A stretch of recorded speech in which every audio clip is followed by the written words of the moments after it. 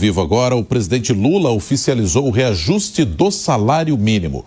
O decreto começa a valer já na virada do ano. E a Janaína Camelo participa com a gente direto de Brasília. Tem mais detalhes a respeito dessa ação do presidente. Janaína, bom dia, bem-vinda. Muito bom dia para você, Nonato. Bom dia para todo mundo que assiste a gente aqui na Jovem Pan News. Olha só, um reajuste de quase 7%. Exatamente de 6,79%. Então, o salário mínimo sai de R$ 1.518, que é o que foi pago até esse mês, até dezembro, para R$ 1.621.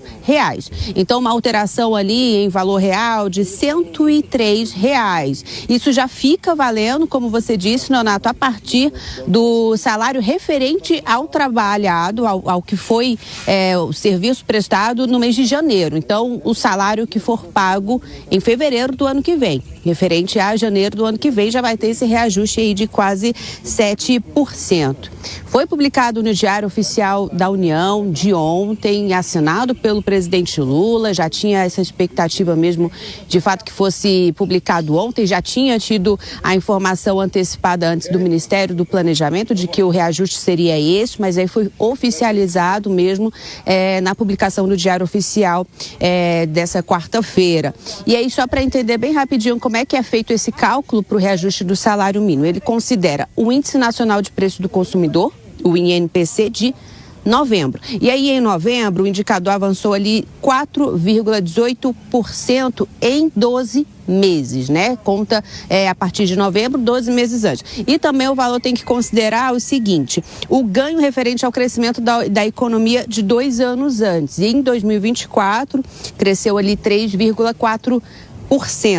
Então, depois desse cálculo todo, aí é feito ali o reajuste de fato de como que vai ser, que todos os anos acontece um reajuste do salário mínimo. Nesse ano é esse reajuste de quase 7%, então uma diferença de R$ 103, já oficializado pelo presidente Lula, que é o que vai ser pago a mais no salário a partir do ano que vem, a partir de fevereiro, então referente a janeiro.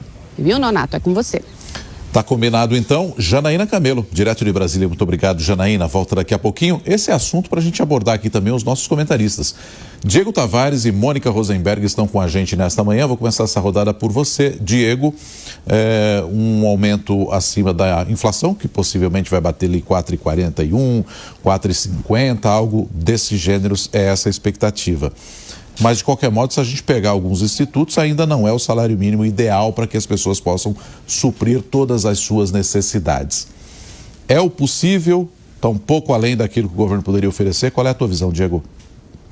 Olha, Donato, muito longe daquilo que seria necessário. Eu peguei ontem a média dos institutos que fazem esses levantamentos de qual seria o salário mínimo ideal. Seria algo em torno de R$ 7.000. Então, o salário mínimo brasileiro acaba sendo aquela coisa que lembra um slogan antigo de um veículo que era muito comercializado aqui no Brasil. Ele é compacto para quem recebe e acaba sendo gigante para quem paga, porque nós sabemos que existe ainda, além do salário, os encargos do Estado, que são pagos também pelos empregadores. Hoje, o salário mínimo de R$ 1.621, que foi reajustado pelo presidente da República, acaba custando para o empregador brasileiro mais de R$ 3.000. E com isso, nós inviabilizamos que a grande maioria das empresas sequer contrate um funcionário. Nós temos hoje cerca de 70% das empresas dos CNPJs registrados no Brasil sem um funcionário sequer. É aquela coisa, quando nós garantimos muitos direitos sob o pretexto de proteger o trabalhador, muitas vezes o que nós estamos é inviabilizando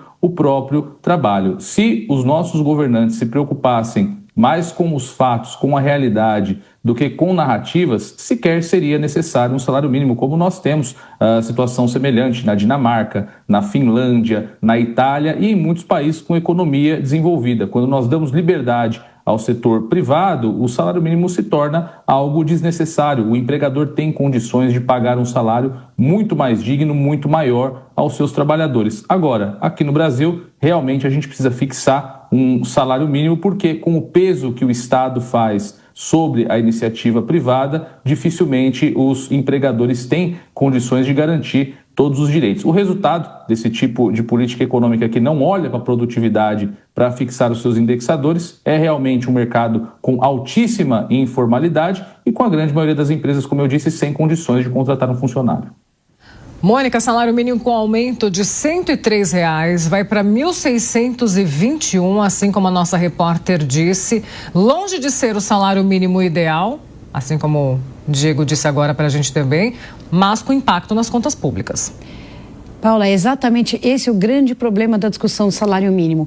Ele nunca será suficiente para atender às necessidades básicas da sociedade brasileira, porém ele custa muito caro para o governo porque ele é justamente um indexador. O Diego disse muito bem, os outros países não têm esse conceito do salário mínimo que serve para indexar. Então, quando você está aumentando o salário mínimo, você está aumentando o custo da previdência, porque ele aumenta automaticamente todos os custos de previdência, BCP, essas despesas que o governo tem e que automaticamente reajustam cada vez que você mexe no salário mínimo.